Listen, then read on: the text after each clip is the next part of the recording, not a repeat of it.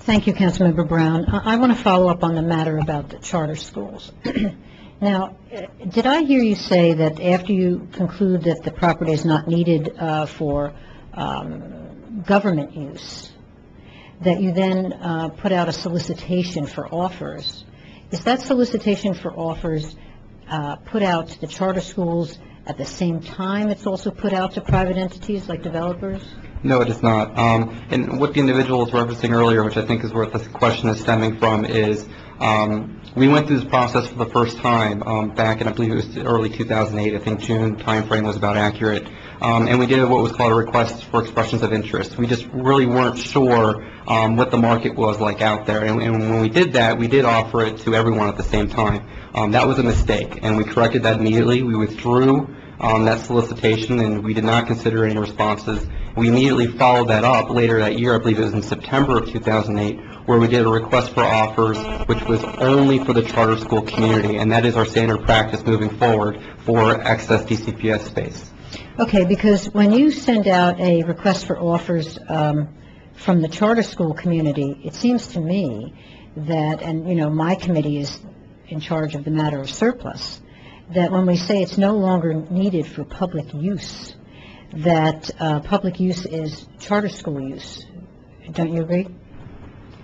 So if you would allow me, I would like to have our legal counsel get back with the legal interpretation. I'm not a lawyer myself, but traditionally in the sense that we review at a high level government use, we look at it for district government agency use. Public use. Right. And we interpret that at public use as meaning the district government's use. If we don't have a district government agency use, then we go and we offer to the charter schools and we provide them that right of first offer. Well, then we really ought to get together on that, because it seems to me that public use should also be charter schools, because charter schools are part of our public schools. They're not DCPS, but they are part of our public schools. And therefore, it would be public use, and it ought to get that kind of consideration.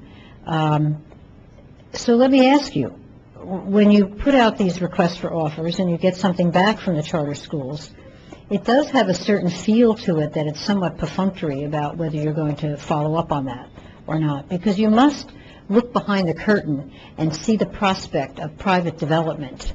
And the prospect of private development might seem like it's attractive from a lot of perspectives, you know, perhaps the community, perhaps money, perhaps affordable housing and all of that sort of thing. But it does leave the charter schools, I think, in a very untenable position, because obviously they're not going to be able to provide all the amenities and other sorts of things that come with these. Exactly how do you determine that you should or should not try to make these facilities available to a charter school? What do you examine?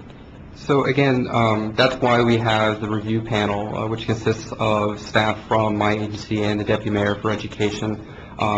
And they have criteria that's set forth in the solicitation that actually, we review the criteria.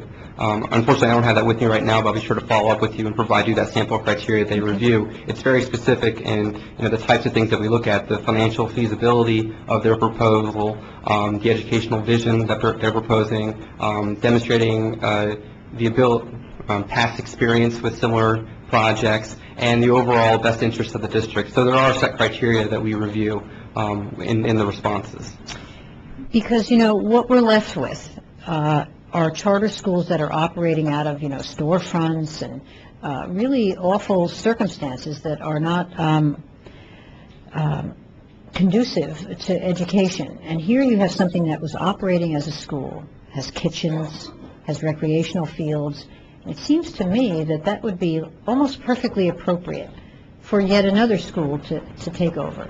So I have to say I'm a little bit skeptical about how much in good faith the offers from charter schools are taken, and I would like to have a further conversation about that, because it does seem that we rather go on immediately to offering it to private entities for private development. Absolutely, and I'm more than happy to take that back, and we'll have that discussion with you in greater detail. The one caveat I would like to add, if you would allow me, is a lot of these properties that we're discussing, they were closed for a reason. A lot of these things are in very dilapidated state. They require significant capital improvements. And to the charter schools, you know, their expertise is in the education, and they don't always have the real estate background expertise that they need to put in the finances for such a capital improvement project. And that may be true, but here's the thing.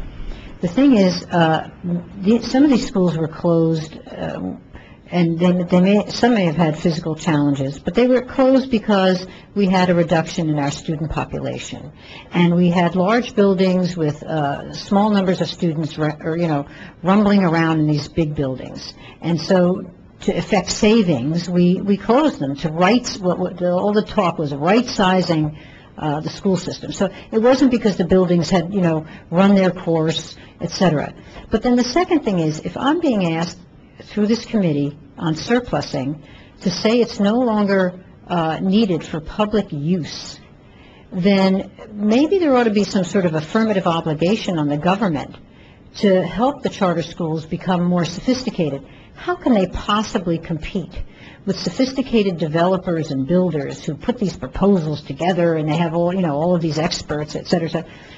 You're right, their expertise is in education, but maybe we ought to be assisting them to make an offer that would make sense, because if you're asking the council then to vote on surplusing property, no longer needed for a public use, when you see a school that has certain advantages, and you see charter schools wanting for these kinds of advantages, desperate, that, to say, well, what kind of experience have you had with this before? Well, they haven't had any experience with this before. That's ridiculous. So they're almost automatically out of the ball game. And I appreciate your willingness to talk about this in the future, because I don't think that we're doing this appropriately and fairly according to what the law anticipates.